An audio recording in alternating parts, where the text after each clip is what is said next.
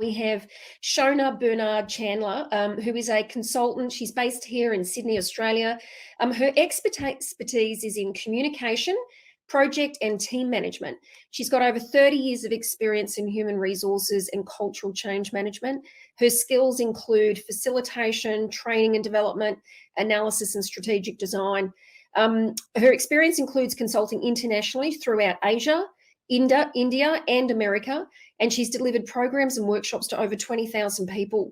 She's worked closely with all levels of management to design and implement strategies and plans and processes and systems.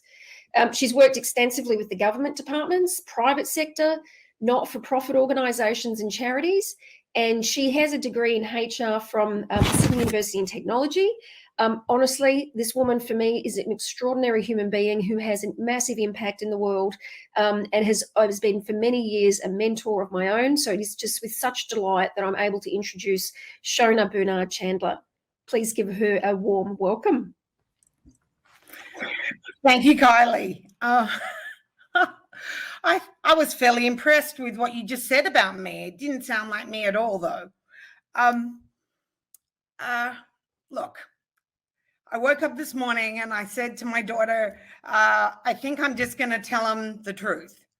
And Celeste said, I don't think they'll believe you.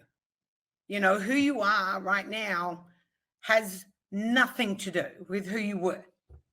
And I think that that's the piece that I want to share about as far as transformation goes, right? Because for me, that's the piece called I don't look anything like how I was when I began this conversation. So, you know, I kind of stumbled drunkenly into transformation in my 20s. Is actually what happened. In fact, I found myself in the Landmark Forum actually because my sister, who I had had a violent kind of upheaval relationship with, had kind of started being nice to me. And it was really weird. And I was there at this course trying to make sure she hadn't got herself into some kind of weird trouble, you know? And when people talk to me about that time, you know, the victory that I lived with was that I actually spent 3 days in a room with 200 people. That's actually the victory for me. But during that time, and believe me, I sat at the exit, right? The door, the chair very closest to getting out of there at any second. I spent a lot of hours in the toilet avoiding other people, right? But what I got out of the conversation for transformation was just one thing, really. I got the past doesn't equal the future. You know, that's it. I got the past doesn't equal the future. And I had a pretty revolting past.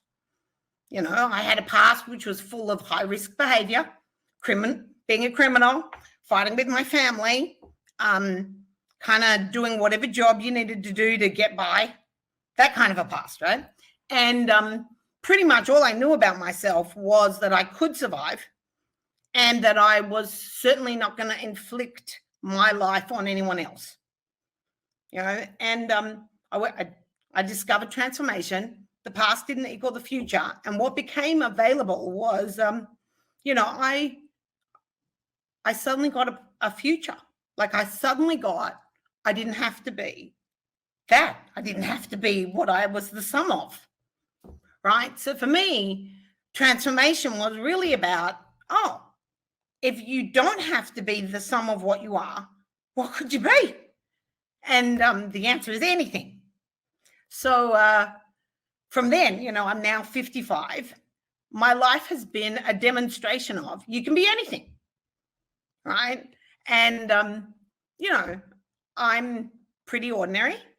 I'm not the smartest person in the room. I'm not the most disciplined. I'm not any of those things. But the one thing I am, and I think that if I was going to leave anyone with what do you need to have a transformed life, is I am courageous, right? I am someone who is afraid, and I'm afraid all the time of stupid stuff. But I can take action in the face of that. And that really is what it takes to live a life of transformation. It takes being courageous every moment. It takes being willing to throw whatever you've got for yourself so far, throw it up and be willing to be unrecognizable to yourself. So my life is a miracle. My life is a miracle. The family that I was estranged from for 25, 26 years,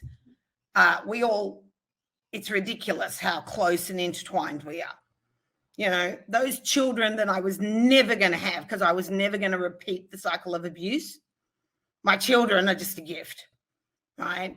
That living in a caravan next to an open sewer, that was my growing up years. I love my life. I live in Sydney. I live in the eastern suburbs. I have a life. That being on the spectrum, so I could never sit still at school. So therefore, I pretty much failed school, now has me lecturing at universities.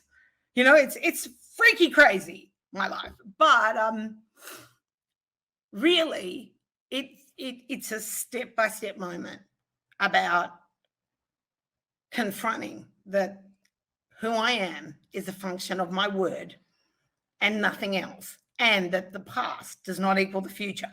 So whatever I did doesn't mean I can't have a new future.